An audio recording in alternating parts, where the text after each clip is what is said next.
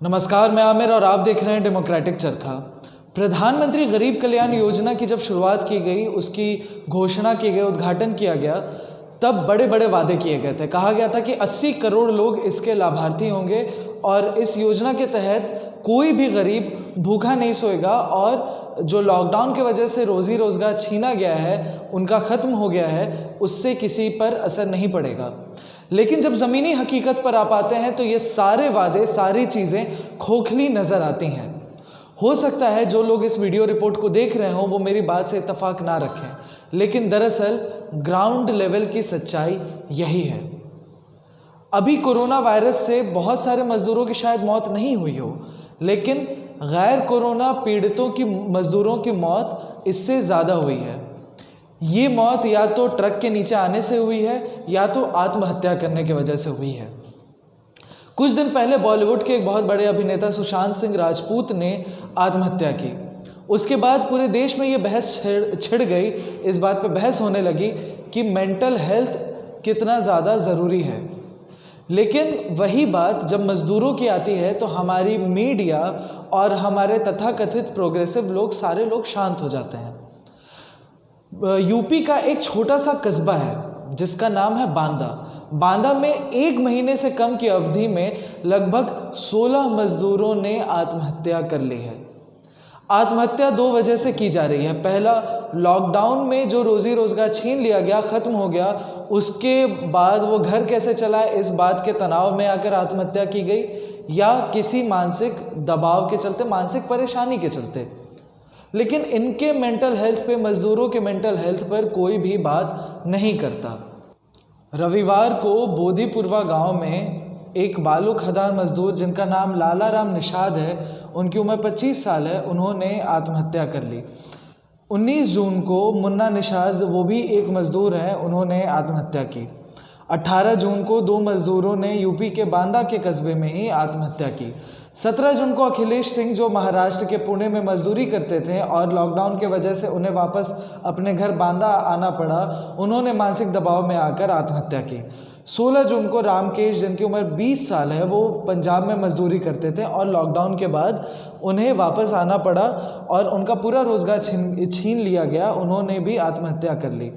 11 जून को सुखराज प्रजापति, जिनकी उम्र 35 साल है, उन्होंने आत्महत्या की। 8 जून को उदय गुप्ता, जो गुजरात में एक मज़दूर थे और जब लॉकडाउन के बाद वो अपने घर आए तब उन्होंने अपने घर में आत्महत्या कर ली। 5 जून को गन्ना मज़दूर ने आत्महत्या की।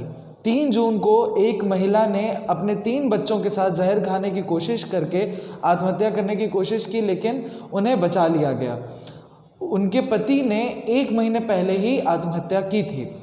28 मई को क्वारंटीन सेंटर से भागकर एक मज़दूर ने आत्महत्या की। बाद में इनकी पहचान जगदीश निषाद, जिनकी उम्र 35 साल है, इनके रूप में की गई। 29 मई को भानु प्रकाश गुप्ता, जिनकी उम्र 50 साल है, ट्रेन के सामने आकर इन्होंने आत्महत्या की। 27 मई को 2 प्रवासी मज़दूरों ने आत्महत्या कर ली।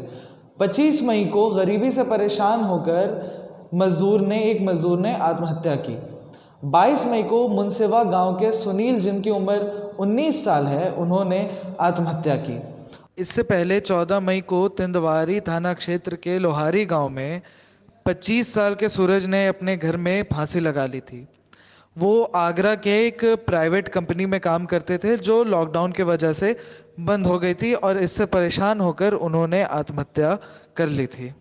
अभी आप लोगों ने जो भी लिस्ट देखी जो मज़दूरों के आत्महत्या की, ये देखने के बाद ये एक चीज़ तो साबित हो जाती है कि प्रधानमंत्री गरीब कल्याण योजना, जो कहा जाता कि 80 करोड़ लोगों के लिए है और कोई भी उसके बाद भूखा नहीं सोएगा, वो ज़मीनी हकीकत से कितना दूर है। इस बांदा के अलावा ऐसे कई इलाके भी हैं जहाँ की ख़बरें हम लोगों तक नहीं पहुँच पाती, जहाँ के मज़दूरों के हालात हम लोगों तक नहीं पहुँच पाते, वहाँ पर मीडिया नहीं पहुँच पाती, वहाँ के हालात इससे भी ज़्यादा ख़राब हैं।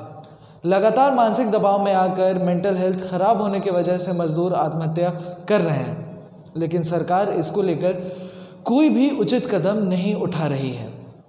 तो सवाल ये उठता है कि आखिरकार सरकार कब तक इन सारे चीज़ों पर चुप रहेगी। हो सकता है हमारे प्रधानमंत्री इसको लेकर मन की बात कर लें, हो सकता है वो ट्वीट करके शोक जता लें, लेकिन ट्वीट करके शोक जताने से या मन की बात कर लेने से जो मज़दूर जो अपने घर के एकमात्र सहारा थे उनकी ज़िंदगियां वापस नहीं होंगी।